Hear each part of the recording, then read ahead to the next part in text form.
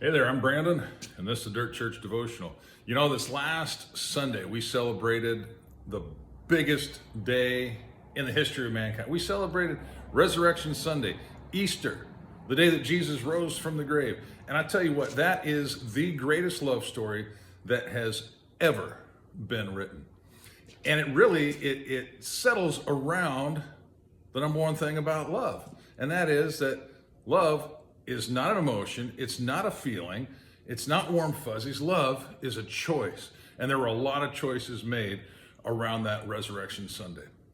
Well, Judas chose to sell out the best friend he ever had for 30 pieces of silver. And then Pilate, get this, Pilate chose to wash his hands. He said, I'm washing my hands of the blood of this man. He should have chosen to wash his hands in the blood and be set free, but he washed his hands of the blood. The crowd chose to have a murderer released into their midst rather than the author of life. But you know what? The greatest choice? Oh, I don't want to forget about the thief on the cross. Two thieves on the cross started out mocking Jesus and ridiculing him, but sometime in those hours that they hung on the cross, one of the thieves decided it was a bad idea, and he chose to repent.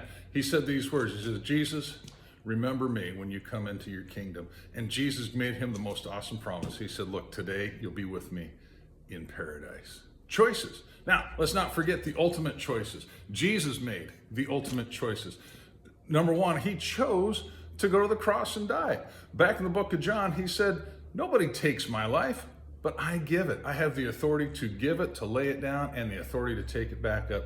I'll do that. He made the choice to stay on the cross.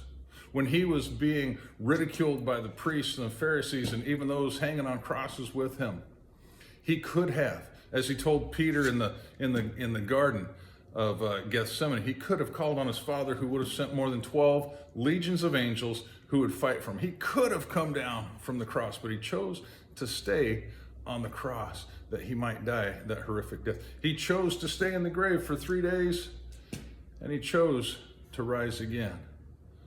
So we've got the who, Jesus. We've got the what, the crucifixion. We got the where, Jerusalem. We got the when, Passover. But the most important part is the why. Why did Jesus choose to do all these things? For you and for me. He chose because he so loved the world.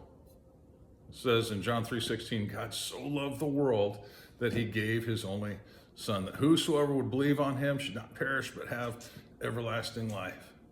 So the story of Easter, the story of the resurrection, is a story of choices because it's a story of love. But it leaves us with one final choice, and that choice is yours. What will you do with what Jesus did for you?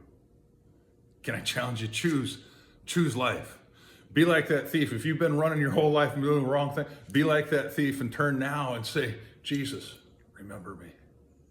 Greatest choice you could ever make. Chew on that. We'll talk to you next time.